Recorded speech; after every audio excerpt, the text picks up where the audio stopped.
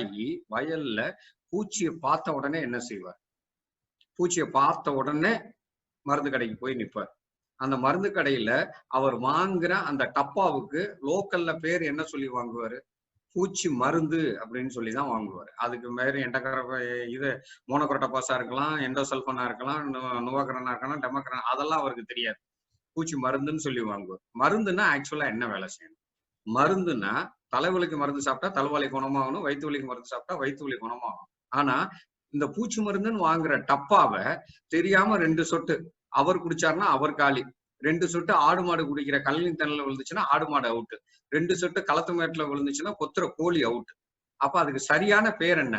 இது வரைக்கும் நம்ம அத என்ன வார்த்தை சொல்லி பழகிருக்கோம்? பூச்சி மருந்து அப்படின்னு சொல்லிதான் விவசாயிய பழகிருக்கோம். ஆனா ஆக்சுவலா அது மருந்தா? இவ்வளவு வார்த்தைகளை கேட்ட பின்னாடி நீங்க சொல்லலாம் பூச்சி கொல்லி அப்படின்னு. பூச்சி கொல்லியும் தவறான மொழிபெயர்ப்பு. இப்போ பூச்சிக்கொல்லினா பூச்சியை மட்டும்தான் கொல்லணும். ஆனா இந்த பூச்சி மருந்துன்னு சொல்லி வாங்குற இந்த டப்பாவுல இருக்கிற அந்த தண்ணி மருந்தா இருக்கட்டும், இல்ல இது பாக்கெட்ல வாங்குற அந்த பவுடர் மருந்தா இருக்கட்டும், ரெண்டுமே சேர்ந்து என்ன வேலை பண்ணுது? நம்மளோட உசுரோட இருக்கிற எல்லாத்தையும் போட்டு தள்ளுது. அது ஆடு மாடா இருந்தாலும் சரி, மனுஷனா இருந்தாலும் சரி, பூச்சியா இருந்தாலும் சரி. இன்னும் சொல்ல போனா அடுத்த கட்டம் அது மண்ணுல இருக்கிற நுண்ணுயிர்களா இருக்கட்டும், இலைக்கு மேல இருக்கிற நுண்ணுயிர்களா இருக்கட்டும், காத்தா இருக்கட்டும், தண்ணியா இருக்கட்டும், எல்லாத்தையும் விஷமாக்குற அந்த இதை நம்ம பூச்சி மருந்துன்னு சொல்லிட்டு இருக்கிறோம். அதுக்கு இன்னொரு பேரு பூச்சி கொல்லின்னு மொழிபெயர்க்கிறாங்க. அதுவும் தப்பு. பூச்சி கொல்லிங்கிறதும் தப்பான மொழிபெயர்ப்பு. உயிர் கொல்லி அதுதான் சரியான வார்த்தை. அப்ப இந்த பூச்சி மருந்துன்னு நம்ம பயன்படுத்திக்கிட்டு இருக்கிற அந்த விஷம் எப்படி இந்த விவசாயத்துக்குள்ள வந்துச்சு? அதை பாக்குறதுக்கு முன்னாடி அடுத்த கேள்வி, பூச்சிங்கிறது எப்போ விவசாயத்துக்குள்ள வந்துச்சு? விவசாயம் பண்ணிட்டு இருக்கிற விவசாயி பூச்சியை பார்த்து எப்ப பயப்பட ஆரம்பிச்சான்? அதுக்கு முன்னாடி ஒரு வார்த்தை, மனுஷன் எப்போ விவசாயம் பண்ண ஆரம்பிச்சான்? விவசாயத்துல எப்போ பூச்சி பிரச்சனை ஆரம்பிச்சு? இப்படி ஒவ்வொரு விஷயத்தையும் சேர்த்து சேர்த்து சேர்த்து சேர்த்து பண்ணணும்னா எங்க போய் நிற்போம்? நம்ம மனுஷன் எப்ப விவசாயம் பண்ண ஆரம்பிச்சாங்கிற காலகட்டத்துலதான் போய் நிற்போம். அடுத்தது விவசாயத்துல எப்போ பூச்சி பிரச்சனை ஆக ஆரம்பிச்சிச்சுங்கிற வார்த்தை. இந்த இடத்துல நான் ஒரு கேள்வி, இந்த கேள்விகளை பூரா நான் அப்படியே நிப்பாட்டிட்டு டக்குன்னு இன்னொரு கேள்விக்கு உள்ள வரேன். பூச்சி பெரியாளா மனுஷன் பெரியாளா? டக்குன்னு நம்ம ஆளுக்கு மொத்த வார்த்தை சொல்றது பூச்சி தான் பெரியாள். நான் திருப்பி கேட்கிற கேள்வி, பூச்சி பெரியாள்னா எது? மனுஷனோட உருவத்திலையா, சைஸ்லயா, அறிவுலையா? உருவத்துல பெரியாள் கிடையாது, சைஸ்ல பெரியாள் கிடையாது, அறிவுலையும் பெரியாள் கிடையாது. அப்ப எதுலதான் பூச்சி மனுஷனோட பெரியாள்? 5 விஷயத்துல பெரியாள். என்னென்ன விஷயத்துல எல்லாம் பெரியாள்? மொத்த விஷயம் எண்ணிக்கை. எண்ணிக்கைன்னா இனப்பெருக்க விகிதம். 10 மாசம் கழிச்சு நம்மளால முக்கி மனுஷனால ஒத்த புள்ள பெக்க முடியும். ஆனா இங்க நம்ம பூச்சின்னு பாக்குற இந்த உயிரினம் மினிமம் ஒரு நாளைக்கு 40 முட்டை, மேக்சிமம் 400 முட்டை போடுற கொசுவும் இந்த பூச்சி வகையை சார்ந்ததுதான். ஒரு நாளைக்கு 400 முட்டை கொசு. கற்பனை பண்ணி பாருங்க. அப்ப பூச்சியோட எண்ணிக்கை மனுஷனோட அளவு கடந்தது. அதுதான் பூச்சி மனுஷனோட பெரிய ஆளுங்கிறதுக்கு காரணம். 2வது, பூச்சியோட வாழ்க்கை காலம். மனுஷனோட சராசரி ஆயுள் காலம்ங்கிறது 60 வருஷம்னு சொல்றோம். ஆனா பூச்சியோட ஆயுள் காலம்ங்கிறது குறைஞ்சபட்சம் 40 நாள், அதிகபட்சம் 60 நாள். இப்ப இந்த இடத்துல பூச்சி அப்படிங்கிறது ஒரு 60 நாளைக்குள்ள அதனோட முழு வாழ்க்கை. பூச்சி அப்படிங்கிறதுல இப்ப நம்ம ஒரு அடுத்த வார்த்தை இந்த இடத்துல இந்த கேள்வியை எப்படி நிப்பாட்டிட்டு அடுத்த கேள்விக்கு போறேன். சில செடிகள்லயோ மரங்கள்லயோ இல்ல உங்களுக்கு பிடிச்ச பயிர்கள்லயோ டக்குன்னு பார்க்கும்போது சில இதை பார்க்கும்போது புழுன்னு சொல்றீங்க, சில இதை பார்க்கும்போது பூச்சின்னு சொல்றீங்க. புழுன்னா என்ன, பூச்சின்னா என்ன? புழுவுக்கும் பூச்சிக்கும் என்ன சம்பந்தம்? புழு அப்படிங்கிறது பூச்சியோட இளம் பருவம். பூச்சி அப்படிங்கிறது கல்யாணத்துக்கு ரெடியா இருக்கிற ஆம்பளைன்னா, புழுங்கிறது ஸ்கூலுக்கு போற பையன். அந்த ஸ்கூலுக்கு போற பையன் தான் ஸ்கூல்ல முடிச்சு காலேஜுக்கு போய் வேலை பார்த்து கல்யாணம் பண்றதுக்கு ரெடியா இருக்கான். அப்போ புழுவுக்கும் பூச்சிக்கும் என்ன தொடர்பு அப்படின்னா, பூச்சியோட இளம் பருவம் தான் புழு. புழுதான் வருமா? கிடையாது. பூச்சி என்ன வைக்கும்னு நினைக்கிறீங்க? முட்டை. முட்டையிலிருந்து வெளியே வர்றதுக்கு பேரு தான் புழு. முட்டைங்கிறது தான் பூச்சி வைக்கிற முதல் சிஸ்டம். அந்த முட்டையிலிருந்து வெளியே வர்றது புழு. புழுவுக்கு அடுத்து என்னவா மாறும்னு நினைக்கிறீங்க? பூச்சியா மாறுறதுக்கு நடுவுல ஒரு சின்ன இன்னொரு இடைப்பட்ட ஸ்டேஜ் இருக்கு. அந்த ஸ்டேஜுக்கு பேரு கூட்டுப்புழு. புழு சாப்பிட்டு சாப்பிட்டு சாப்பிட்டு ஒரு லெவலுக்கு மேல குண்டூசி சைஸ்ல இருந்து நம்ம சுண்டு விரல் சைஸுக்கு வந்த பின்னாடி கூட்டுப்புழுவா மாறும். கூட்டுப்புழுவுல இருந்து ஒத்துக்கிட்டு வெளியே வர்றது பேர் தான் பூச்சி. இப்ப பூச்சியில எத்தனை ஸ்டேஜ் இருக்கு? 4 ஸ்டேஜ் இருக்கு. முட்டையில இருந்து வெளியே வர்றது புழு, புழுவுக்கு அடுத்து கூட்டுப்புழு, கூட்டுப்புழுவுக்கு அடுத்து தாய்ப்பூச்சி. அப்ப பூச்சியில எத்தனை ஸ்டேஜ் இருக்கு? 4 ஸ்டேஜ் இருக்கு. ஆனா மனுஷனுக்கும் பூச்சிக்கும் வித்தியாசம் என்ன? மனுஷன் அம்மா வயிற்றுக்குள்ள இருந்து என்னவா வெளியே வர்றானோ அதே 2 கண்ணு, 2 கை, 2 காலு, ஒரு மூக்கு, ஒரு வாய் தான். அவனோட உருவ அமைப்புல எந்த விதமான வித்தியாசமும் இருக்காது. ஆனா பூச்சி அப்படிங்கிறது முட்டை, புழு, கூட்டுப்புழு, தாய்ப்பூச்சி 4 ஸ்டேஜ். மனுஷன் ஒரு அவதாரம் எடுத்து ஒத்த அவதாரத்தை கம்ப்ளீட் பண்றதுக்கே தடுமாறுறான். ஆனா பூச்சி 4 அவதாரம் எடுக்கு. இந்த 4 அவதாரம் எடுக்கிறது தான் பூச்சி மனுஷனை விட பெரிய ஆளுங்கிறதுக்கு 2வது ஆதாரம். முதல் ஆதாரம் இனப்பெருக்க விகிதம், 2வது ஆதாரம் 4 அவதாரம், 3வது ஆதாரம் முன்னாடியே பார்த்த வாழ்க்கை காலம்.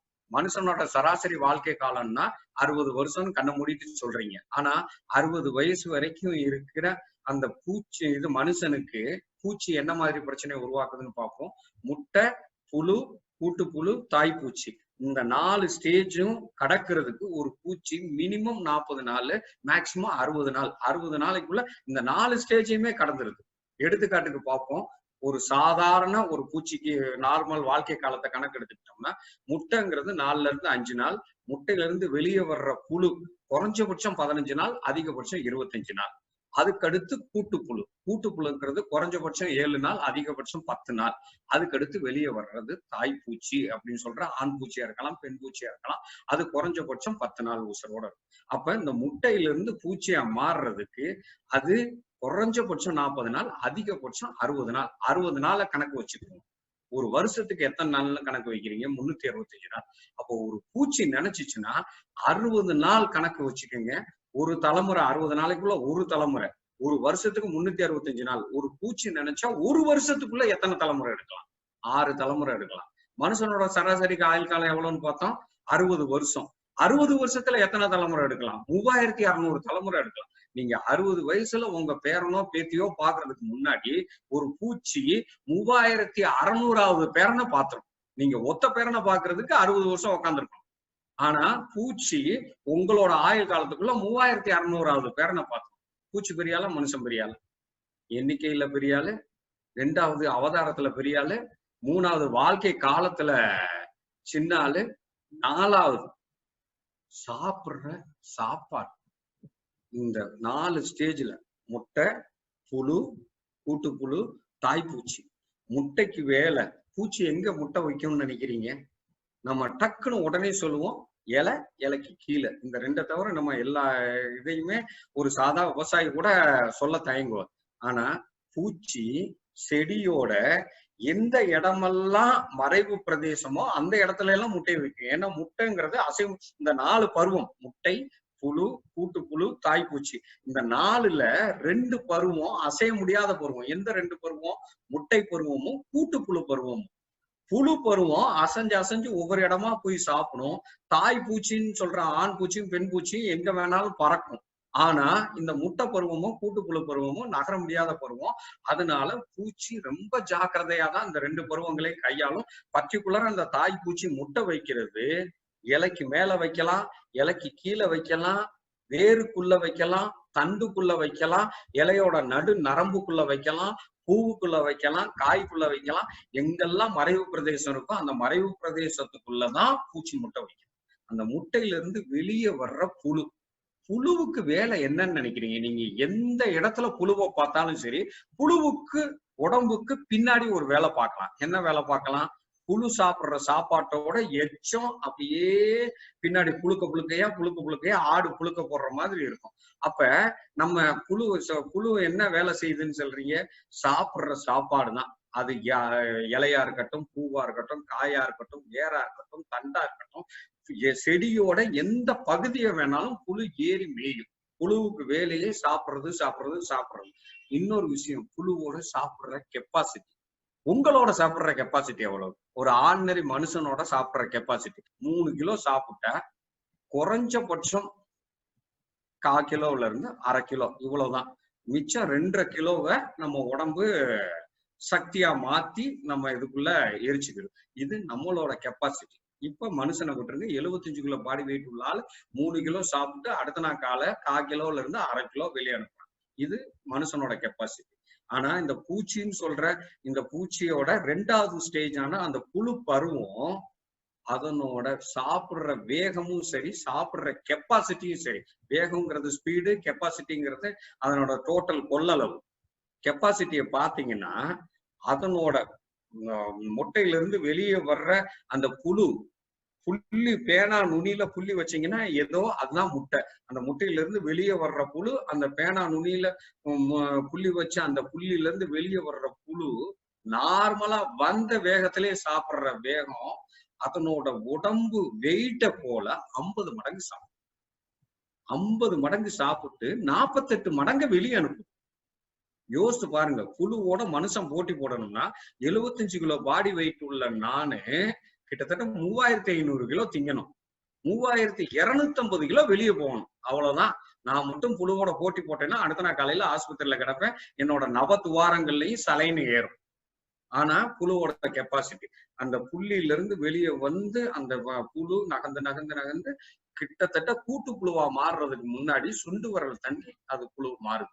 அந்த புழு அதுக்கு அடுத்துதான் கூட்டு புழுவா மாறுது. எப்படி கூட்டு புழுவா மாறுது? சாப்பிட்றத நிப்பாட்டிட்டு தன்னை சுத்தி கூடு கட்டி அது வரைக்கும் சாப்பிடுறது செடியோட எந்த பகுதியில வேணாலும் இருக்கலாம். இலையா இருக்கலாம், வேரா இருக்கலாம், தண்டா இருக்கலாம், பூவா இருக்கலாம், காயா இருக்கலாம், எடைப்பட்ட எந்த பகுதியா இருக்கலாம். சாப்பிட்டு முடிச்ச உடனே கூட்டுப்புழுவா மாற போகுதுன்னு தெரிஞ்சா டொபக்குன்னு மண்ணுல விழுந்துடும். மண்ணோட 1/2 இன்ச்சு 1 இன்ச்சு ஆழத்துலதான் அது கூட்டுப்புழுவா மாறுது. அது கூட்டுப்புழுன்னு மாறும்போது சாப்பிடுற சாப்பாடு எதுவும் கிடையாது. தன்னை சுத்தி நம்ம பட்டுப்புழு எப்படி கூடு கட்டுதோ, பட்டுப்புழுவும் ஒரு டைப்பான பூச்சி தான். பட்டுப்புழு கூடு கட்டுற மாதிரி தன்னை சுத்தி பட்டு நூல் இலைகளால கூடு கட்டலாம், இல்லைன்னா களிமண்ணை வச்சு கூடு கட்டலாம், இல்லைன்னா பஞ்சு பொதி மாதிரி கூடு கட்டலாம். ஏதோ ஒரு கூடு கட்டிக்கிட்டு உள்ள போய் உட்காந்துக்கிறது. மண்ணோட 1/2 இன்ச்சு ஆழத்துல சாப்பிடுற சாப்பாடு அவுட்டு அப்படியே தவம், முனிவர்கள் தவம் செய்யற மாதிரி 7ல இருந்து 10 நாள். அப்பதான் அதனோட இன்னொரு உருமாற்றம் நடக்குது. என்ன உருமாற்றம்? ரெக்கம் முளைக்கிறது, இனப்பெருக்க உறுப்புகள் டெவலப் ஆகிறது, அதனோட வாய்ப்பகுதி மாற்றம் அடைகிறது, கால் பகுதி மாற்றம் அடைகிறது. இது எல்லாமே இந்த கூட்டுப்புழு பருவத்துலதான். இந்த கூட்டுப்புழு பருவத்துல இருந்து கொத்துக்கிட்டு வெளியே வர்றதுக்கு பேர் தான் பூச்சி. அப்போ பூச்சியில 4 ஸ்டேஜ்: முட்டை, புழு, கூட்டுப்புழு, தாய்ப்பூச்சி. இப்ப இந்த 4 ஸ்டேஜ்ல நம்ம முன்னாடியே பார்த்தோம், பூச்சி மனுஷனை விட 4 விதத்துல பெரிய ஆள் ஆயிடுச்சு. ஒண்ணு இனப்பெருக்கம் சொல்ற எண்ணிக்கை, 2வது சாப்பிடுற சாப்பாட்டுல கூட மனுஷனை விட பெரிய ஆளு, 3வது அவதாரம் எடுக்கிறதுல பெரிய ஆளு, 4வது வாழ்க்கை காலத்துல சிறுசுங்கிறதுனால அந்த சின்ன வாழ்க்கை காலத்துல மீட்டேஷனும் சடுதி மாற்றமும் தமிழ்ல சொல்லுவோம். இன்னொன்னு 3600 பேரனை பாக்குறதுக்கு முன்னாடி ரொம்ப வேகமா வேலையை காட்டும். அதனோட எதிர்ப்பு திறன், அந்த எதிர்ப்பு திறனுக்கு முக்கியமான இதே அதனோட வாழ்க்கை காலம் கம்மியா இருக்கிறது தான். அப்ப இந்த 3 வேலையும் செஞ்சு 4வது அதனோட வாழ்க்கை காலம் சிறுசா இருக்கிறதுனால மனுஷனோட பெரிய. 5வது இந்த நிமிஷத்து வரைக்கும் மனுஷன் யார பார்த்து 5வது விஷயம் பூச்சி மனுஷனை இன்னி பயமுறுத்திக்கிட்டு இருக்கிறதுக்கு முக்கியமான காரணம் அது என்னங்கிறத தெரியறதுக்கு முன்னாடி அடுத்த கேள்வியை போடுறேன். மனுஷன் இந்த நிமிஷத்துல யார பார்த்து கொலை நடுங்கி போயிருக்கான்? பாம்பை பார்த்து பயப்படுறானா, புலியை பார்த்து பயப்படுறானா, சிங்கத்தை பார்த்து பயந்தானா? கிடையாது. ஏன்னா பாம்பு கடிச்சு செத்தவன் 10,000 பேருனா, புலி அடிச்சு செத்தவன் 15,000 பேருனா, சிங்கம் அடிச்சு செத்தவன் 20,000 பேருனா, கொசு கடிச்சு செத்தவன் 4.5 லட்சம் பேர். அப்போ பாம்பு பெரியாளா, புலி பெரியாளா, சிங்கம் பெரியாளா, கொசு பெரியாளா? கொசு. இன்னைக்கு தேதியில மனுஷன் கொசுவை அழிக்கிறதுக்கு படாத பாடுபட்டுக்கிட்டு இருக்கிறான். அப்ப இந்த கொசு அப்படிங்கிறது பூச்சியோட கேட்டகரி. இப்ப நம்ம சொன்ன 4 வேலையும் கொசுவும் காட்டும். கொசு முட்டை வைக்குது, முட்டையில இருந்து வெளியே வர்றதுக்கு பேரு புழு, புழுவுக்கு அடுத்து கூட்டுப்புழு, கூட்டுப்புழுவுக்கு அடுத்து தாய்ப்பூச்சி.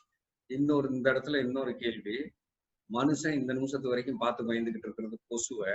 ஆனா கொசுவை இந்த நிமிஷத்து வரைக்கும் மனுஷனால போட்டு தள்ள முடியும்.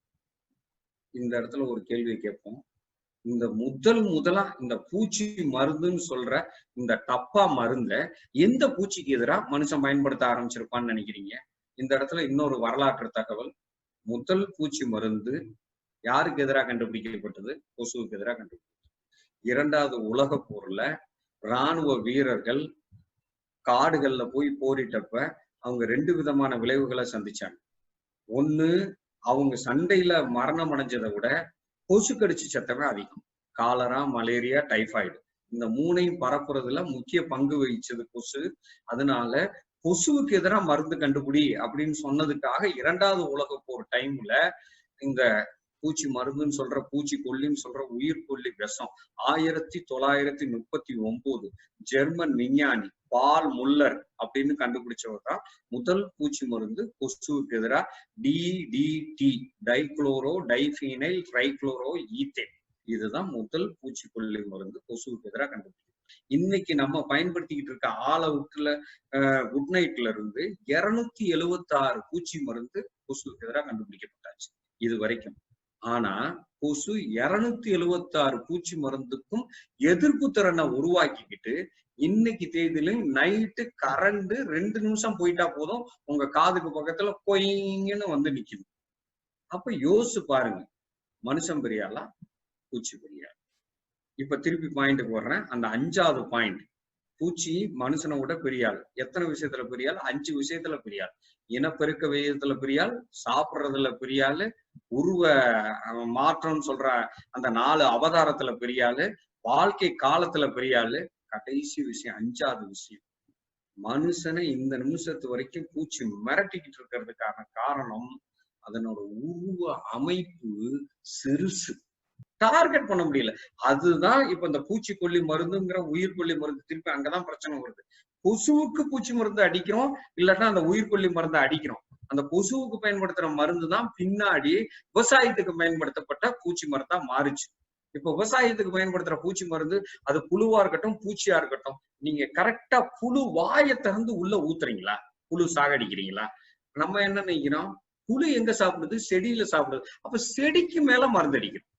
அப்ப செடிக்கு மேல மருந்து அடிக்கும் போது நம்ம நினைப்பு செடி எல்லாம். அப்ப நீங்க திருப்பி இந்த இடத்துல கேட்கறது செடிக்கு மேல மருந்து அடிக்கணும். இப்ப இந்த இடத்துலதான் ஒரு முக்கியமான கேள்வி கேட்கிறேன். நீங்க ஒரு ஆளை போட்டு தள்ளணும் அப்படின்னு நினைச்சா அந்த ஆளுக்கு விஷம் வைக்கிறீங்க. எப்படி விஷம் வைக்கிறீங்க? அவன் சாப்பிடுற சாப்பாட்டுல விஷம் வைக்கிறீங்க.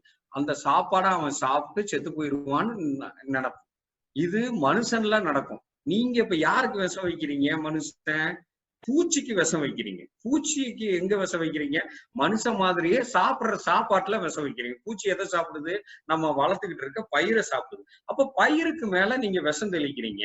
உங்களோட நினைப்பு என்ன ஆகுது? செடி முழுக்க விஷமாகட்டும், புழுவோ பூச்சியோ வந்து சாப்பிட்டுச்சுன்னா செத்து போகும்லன்னு. ஆனா சாப்பிட்டது போக மிச்ச விஷம் எங்க இருக்குது?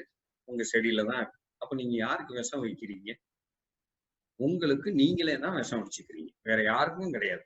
புழுசக்கும் பூச்சியும் கொல்றோம்னு சொல்லி அந்த பூச்சிக்கொல்லி மருந்த செடிக்கு மேல வந்து தெளிக்கும் போது அந்த எஞ்சி போன மிஞ்சிய நஞ்சு, எஞ்சும் நஞ்சு, தங்கும் நஞ்சு திருப்பி செடியில தான் உட்காந்துருக்கு. அந்த செடிய பழமாவோ காயாவோ கீரையாவோ சாப்பிட போறது நம்ம தான். இப்ப நம்ம சாப்பிட்டுக்கிட்டு இருக்க சாப்பாடு எப்படிப்பட்ட சாப்பாடு அப்படிங்கிறத இந்த இடத்துல மனசுக்குள்ள திருப்பி கொண்டு போறோம். அப்ப இந்த DDTன்னு கண்டுபிடிச்ச அந்த முதல் பூச்சி மருந்து எப்படி வேலை செய்யுது? முதல்ல கண்டுபிடிச்ச அந்த DDT தொடு நஞ்சு, கான்டாக்ட் பாய்சன். மேல பட்டா விஷம். இப்பதான் நம்ம பார்த்தோம், விஷத்தை எங்க அடிக்கிறாரு விவசாயி? செடிக்கு மேல அடிக்கிறார். இப்ப பூச்சியில எத்தனை ஸ்டேஜ் இருக்குன்னு பார்த்தோம். முட்டை, புழு, கூட்டுப்புழு, தாய்ப்பூச்சி. முட்டை பூரா எங்க இருக்குன்னு பார்த்தோம். இலைக்கு பின்னாடி, நடு நரம்புல, பூவுக்குள்ள, காய்க்குள்ள, வேருக்குள்ள, தண்டுக்குள்ள. புழு எங்க இருக்கும்? திருப்பி வார்த்தையை நல்லா கவனிங்க. புழு எங்க இருக்கும்? புழு அப்படின்ன உடனே உங்கள்கிட்ட நான் ஒரு 4 கேள்வி கேட்கிறேன். உங்களுக்கு தெரிஞ்ச புழுவெல்லாம் சொல்லுங்க. இலை சுருட்டு புழு, குருத்து புழு, வேர்புழு, காய்ப்புழு, தண்டு புழு. என்ன அர்த்தம்? இலை சுருட்டு புழு, இலையை சுருட்டிக்கிட்டு உள்ள உக்காந்துருக்கிறது. வேர்புழு, வேருக்கு உள்ள உக்காந்துருக்கிறது. காய்ப்புழு, காய்க்கு உள்ள உக்காந்துருக்கிறது. குருத்து புழு, குருத்துக்கு உள்ள உக்காந்துருக்கிறது. தண்டு புழு, தண்டுக்கு உள்ள உக்காந்துருக்கிறது. அப்ப புழு பூரா எங்க திருப்பி உட்காந்துருக்கு? முட்டையே ஆல்ரெடி மறைவான பிரதேசத்துல இருக்கு, புழுவும் மறைவான பிரதேசத்துல இருக்கு. கூட்டுப்புழு நம்ம பார்த்தோம். எல்லா பூச்சியோட கூட்டுப்புழு பருவம் எங்க இருக்குது? செடியில சாப்பிட்டு முடிச்சோடனே டொபக்குன்னு மண்ணுக்குள்ள விழுந்து மண்ணோட 1/2 இன்ச்சு 1 இன்ச்சு ஆழத்துல. பூச்சி எங்க இருக்குது? அதுதான் திருப்பி வந்து பறந்து வந்து இந்த செடியோட ஏதாவது ஒரு பகுதியில முட்டை போடணும். இப்ப நீங்க அடிக்கிற அந்த தொடு விஷம் யாரு மேல படும்னு நினைக்கிறீங்க? முட்டை மேல படாது. முக்காவாசி புழு தப்பிச்சிரும், காவாசி புழு வேணா மாட்டும். கூட்டுப்புழு மண்ணுக்குள்ள இருந்துச்சு, தாய் பூச்சி தாய்க்கு மேல வேணா படலாம். அப்ப நீங்க அடிச்ச விஷத்துல பூச்சியோட 4 ஸ்டேஜ்ல முட்டை ஸ்டேஜ் மேல படல, புழுவுல 25% தான் படுது, கூட்டுப்புழு மேல படவே இல்லை, தாய் பூச்சி மேல படுது. அப்ப நீங்க திருப்பி நல்லா ஞாபகம் வச்சுக்கோங்க, பூச்சிங்கிறது இந்த 4 ஸ்டேஜ்லயும் வெவ்வேறு ஸ்டேஜ்ல உட்காந்துருக்கு. அப்ப நீங்க அடிக்கிற பூச்சி மருந்து அந்த தொடு விஷம்ங்கிறது முழு எஃபெக்ட் கிடையாது. இது ஒரு லெவலுக்கு மேல கண்டுபிடிச்ச பின்னாடிதான் விஞ்ஞானிகள் அடுத்த மருந்து, விஞ்ஞான வளர்ச்சியில அடுத்த மருந்து கண்டுபிடிக்கலாம் அப்படின்னு கண்டுபிடிச்சப்பதான் அது இந்த 4 ஸ்டேஜ்ல எந்த ஸ்டேஜ் பூச்சியோட இந்த 4 ஸ்டேஜ் முட்டை, புழு, கூட்டுப்புழு, தாய்ப்பூச்சி இந்த 4 பருவத்துல எந்த ஸ்டேஜ் நமக்கு பாதிப்பை அளவுக்கு அதிகமா உருவாக்குது அப்படின்னா திருப்பி புழு பருவம் அப்படின்னு சொல்லுவோம். ஏன்னா புழு பருவம் தான் சாப்பிடுது. சாப்பிடும் போதுதான் நம்மளுக்கு பயிர் மகசூல் இழப்பு ஏற்படுது. அப்போ புழுவை போட்டு தள்ளினா பூச்சியோட மத்த 3 ஸ்டேஜ் இருந்தாலும் பரவாயில்ல அப்படின்னு கண்டுபிடிக்கப்பட்டதுதான் 2வது விஷயம், ஸ்டொமக் பாய்சன், உடல் நஞ்சு. முதல்ல கண்டுபிடிச்சது தொடு நஞ்சு கான்டாக்ட் பாய்சன், 2வது கண்டுபிடிச்சது குடல் நஞ்சு. அந்த குடல் நஞ்சுங்கிற விஷத்தை கொண்டு வந்து இப்ப பயிருக்கு மேல தெளிச்சான். திருப்பியும் சொல்றேன், முட்டை தப்பிச்சிருச்சு, முட்டை அந்த குடல் நஞ்சு இப்ப பயிருக்கு மேல குடல் அந்த நஞ்சு படையுது. புழு சாப்பிட்டு இருக்கணும், சாப்பிட்டு அது குடலுக்கு போனாதான் புழு சாப்பிடும். இலை சுருட்டு புழு இலை சுருட்டிட்டு உள்ள உட்காந்து சுரண்டுச்சுன்னா இலை விஷமாகி அந்த இலை விஷத்து வழியா அதுக்கு நஞ்சுக்குள்ள போய் குடலுக்குள்ள போய் அப்புறம் அது சாகணும். ஆனா அது கூட்டுப்புழு பருவத்துல இருந்தா மேலப்பட்டா ஒண்ணாகாது, பூச்சி பருவத்துல இருந்தா மேலப்பட்டாலும் ஒண்ணாகாது. எப்படி அந்த கான்டாக்ட் பாய்சன் புழுவுக்கு மேலப்பட்டு புழு செத்துச்சு, பூச்சி மேலப்பட்டு பூச்சி செத்துச்சு, 2 சைடு எஃபெக்ட் தான் வந்துச்சோ, அது மாதிரி இந்த புழுவுக்கு மேல படும் போது இந்த புழு பருவம் இன்னொரு விஷயம் பண்ணுச்சு. என்ன விஷயம் பண்ணுச்சு? அந்த தொடு நஞ்சையும் சரி, இந்த அடுத்து கண்டுபிடிச்சப்பட்ட அந்த குடல் நஞ்சையும் சரி, 2 விஷயத்துல பூச்சி எதிர்ப்பு திறனும் உருவாக்குச்சு. எப்படி எதிர்ப்பு திறன் உருவாகிரும்னு நினைக்கிறீங்க? இதுலதான் பூச்சியோட வாழ்க்கை முறை முக்கிய பங்கு வகிக்குது. முட்டை பூச்சி வைக்குன்னு பார்த்தோம், முட்டையில இருந்து வெளியே வந்தது நம்ம முன்னாடியே பார்த்தோம். பேனா நுனியில ஒரு புள்ளி வச்சீங்கன்னா என்னவோ இதுதான் முட்டை. இந்த முட்டையில இருந்து வெளியே வர்ற புழு இப்படி ஒரு சின்ன கோடு, அதுதான் கடைசியா கூட்டுப்புழுவா மாறுறதுக்கு முன்னாடி இவ்வளவு பெரிய சுண்டு விரல் தண்டி வந்துதான் கூட்டுப்புழுவா மாறுதுன்னு பார்த்தோம். இந்த முட்டையில இருந்து புழுவாகி இவ்வளவு ஸ்டேஜ் வர்றதுக்கு முன்னாடி அது எவ்வளவு சாப்பிடுதுன்னு பார்த்தோம். அதனோட உடம்பு வெயிட்ட போல 50 மடங்கு திங்குது, 48 மடங்கு வெளியே அனுப்புது. அப்ப யோசிச்சு பாருங்க, அதனோட சாப்பிடுற கெப்பாசிட்டிக்கு ஏத்த மாதிரி அதனோட உடம்பு வீங்கிக்கிட்டே போகுது. உடம்பு வீங்க வீங்க என்ன செய்யுது? அது இதுவரைக்கும் தெரியாத ஒரு விஷயம். பாம்பு சட்டை உரிக்கிறதான் நம்ம கேள்விப்பட்டிருக்கோம், இங்க புழு சட்டை உரிக்குது. அதனோட நடு மண்டையில இருந்து உடம்ப அப்படி பிச்சுட்டு அடுத்த ஸ்டேஜுக்கு வருது, அடுத்த 50 மடங்கு தீக்குது. அடுத்த ஸ்டேஜ் இந்த புள்ளி ஸ்டேஜ்ல இருந்து இந்த ஸ்டேஜ் வர்றதுக்கு முன்னாடி குறைஞ்சபட்சம் 3 தடவையில இருந்து 5 தடவை சட்டை உரிக்குது புழு. இந்த புழுவோட சட்டை உரிக்கிற கேரக்டர் தான் இந்த கான்டாக்ட் பாய்சனை தகராறு கிளப்புது. கான்டாக்ட் பாய்சன் தொடு நஞ்சு பயிருக்கு மேல தெளிக்கிறீங்க, புழு எங்க உட்காந்துருக்கு? பயிறு மேல உட்காந்து சுரண்டி தின்னுட்டு இருக்கு. நீங்க அடிச்ச அந்த தொடு நஞ்சுங்கிறது எங்க படும்? புழுவோட மேல் பகுதியில படும். மேல் பகுதியில பட்டு உள்ள இறங்குனாதான் புழு சாகணும். ஆனா புழு என்ன செய்யும்? நாளைக்கு உரிக்க வேண்டிய சட்டையை இன்னைக்கே உரிச்சு கையில வச்சுக்கடான்னு கொடுத்துட்டு போயிட்டே இருக்கும். நீங்க அடிச்ச விஷம் எங்க இருக்கு? புழுவோட சட்டைக்கு மேல. கான்டாக்ட் பாய்சன் வேலையை காட்டினது இது புழு. அடுத்து இந்த குடல் நஞ்சுன்னு சொல்ற அடுத்த விஷம் பயிருக்கு மேல பட்டுச்சு, புழு போய் சாப்பிட்டுச்சு. புழுவோட இன்னொரு ஸ்பெஷல் கேரக்டர், சட்டை உரிக்கிற ஸ்பெஷல் கேரக்டர் மாதிரி முன்னாடியே பார்த்தோம். 50 மடங்கு தின்னு 48 மடங்கு வெளியே அனுப்பும். டேஸ்ட் பண்ணும் போதே இந்த 50 மடங்கும் அப்படியே அவுட்டு வெளியே. அது குடல்ல போய் தங்குனா தானே குடல் நஞ்சா வேலை செய்ய முடியும். இது சாப்பிட்ட வேகத்துல உணவு குழாயில இந்த பக்கம் பின்னாடி வழியா 50 மடங்கும் வெளியே போகும். சட்டை உரிக்கிறது ஒரு ஸ்பெஷல் கேரக்டர், சாப்பிட்ட சாப்பாட்டை அப்படியே வெளியே தள்ளுற 2வது விஷயம். 3வது விஷயம், புழுவோட எச்சிக்கு இருக்கிற ஸ்பெஷல் கேரக்டர். விஷம் சாப்பிடுதுன்னு தெரிஞ்சா நம்ம எச்சிக்கு என்ன ஸ்பெஷல் கேரக்டர்? நம்ம சாப்பிடுற சாப்பாட்டோட எச்சி வினை புரிந்து நம்ம சாப்பிடுற சாப்பாட்டை அப்படியே கூழ்மயமாக்கி உள்ள போய் ரத்தத்தோட கலந்து இல்ல மிச்சம் இருக்கிற தண்ணி எல்லாம் எடுத்துட்டு சக்கையாக்கி வெளியேனும். ஆனா புழுவோட எச்சி விஷம்னு தெரிஞ்ச உடனே விஷத்தை துண்டு துண்டா நறுக்கி டானிக்கா மாத்தி புழுவோட வளர்ச்சிக்கு உதவும். அப்போ தொடு நஞ்சும் காலி, உடல் நஞ்சும் காலி. 2 விஷயம் முடிச்ச உடனே விவசாயி ரொம்ப கடுப்பாயி, விஞ்ஞானிகள் கடுப்பாயி கண்டுபிடிச்சதுதான் 3வது விஷம். இந்த 3வது விஷம் என்னைக்கு கண்டுபிடிச்சானோ அன்னைக்கு நமக்கு சனிய ஆரம்பிச்சிச்சு. தொடு நஞ்சும் சரி, உடல் நஞ்சும் சரி, பயிருக்கு மேல தெளிக்கும் போது அது எந்த இடத்துல பட்டுச்சோ அந்த இடம் மட்டும்தான் விஷமாயிக்கிட்டு இருந்துச்சு. டோட்டல் செடிக்கு மேல நீங்க என்னதான் கரெக்டா ஸ்ப்ரே பண்ணீங்கனாலும் இந்த இடத்துல பட்டு இந்த இடத்துல பட்டுச்சுன்னா இதுக்கு நடுவுல இருக்கிற இந்த கேப் எல்லாம் விஷம் இல்ல. புழு மூவ் ஆகும் போது இதை சாப்பிடுறதுக்கு பதில் இதை சாப்பிட்டுச்சுன்னா விஷம் சாப்பிடாது. ஆனா அந்த 3வது கண்டுபிடிக்கப்பட்ட விஷம், அதுக்கு பேரு தான் ஊடுருவி பாயும் நஞ்சு, சிஸ்டமிக் பாய்சன். இங்கதான் சனி முடிச்சிச்சு. என்னன்னா அந்த தொடு நஞ்சு உடல் நஞ்சும் அங்கங்கதான் இருந்துச்சு. ஆனா அந்த ஊடுருவி பாயும் நஞ்சு என்டையர் செடியவே விஷமாக்கிருச்சு.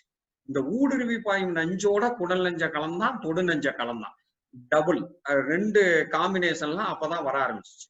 இந்த காம்பினேஷன் வந்த பிறகும் புழு வேலையை காட்டுச்சு. எப்படி புழு வேலையை காட்டுச்சு?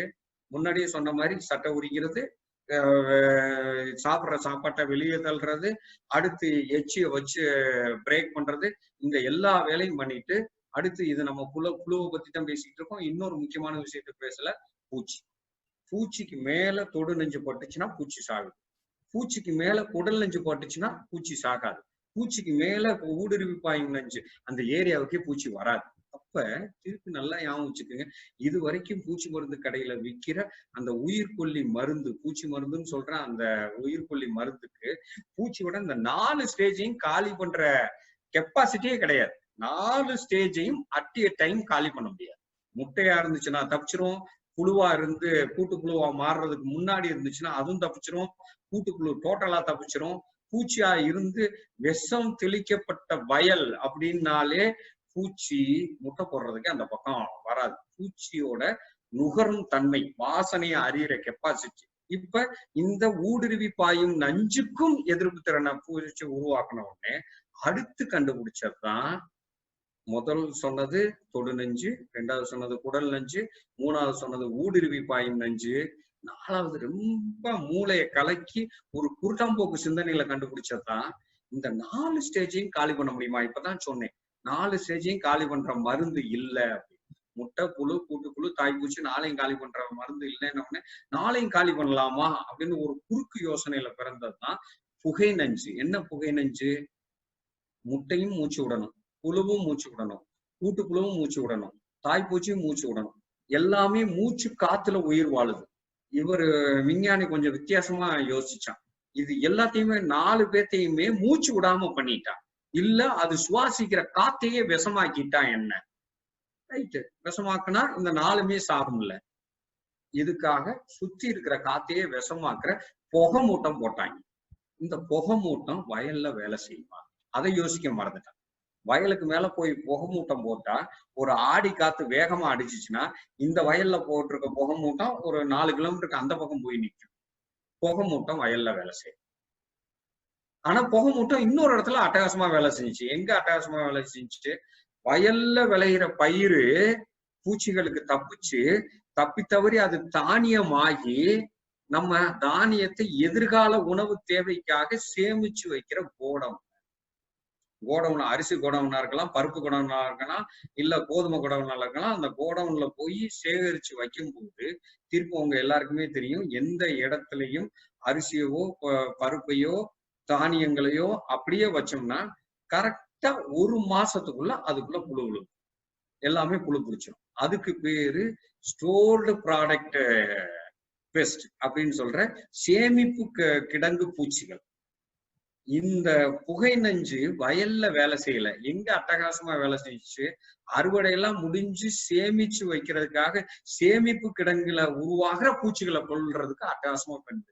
சேமிப்பு கிடங்கோட கதவுகளை எல்லாம் மூடிட்டு உள்ள இப்ப எங்க இது கேட்டுக்கிட்டு இருக்க விவசாயம் பண்ற நண்பர்களுக்கு எல்லாம் தெரியும் செல்பாஸ். செல்பாஸ்ங்கிறது ஒரு புகை நஞ்சு மாத்திரை. அந்த மாத்திரையை உள்ள போட்டு கதவெல்லாம் சாத்தி இது பண்ணிட்டா அந்த என்டையர் காத்தே விஷமாயிரும். அதுக்குள்ள வச்சிருக்கிற அந்த சாக்கு மூட்டையில ரெப்பி இருக்கிற அந்த புழுகளுக்கு எல்லாம் எல்லாமே செத்து போகும். புழுவா இருக்கட்டும், பூச்சியா இருக்கட்டும், எல்லாம் செத்து போகும். ஆனா திருப்பி பிரச்சனை, அந்த உணவு பொருள் அதுல எஞ்சிய நஞ்சு தங்கும் நஞ்சு. அப்ப 3வது கண்டுபிடிச்ச ஊடுருவி பாயும் நஞ்சும் மனுஷனுக்கு பிரச்சனை உண்டாக்குச்சு.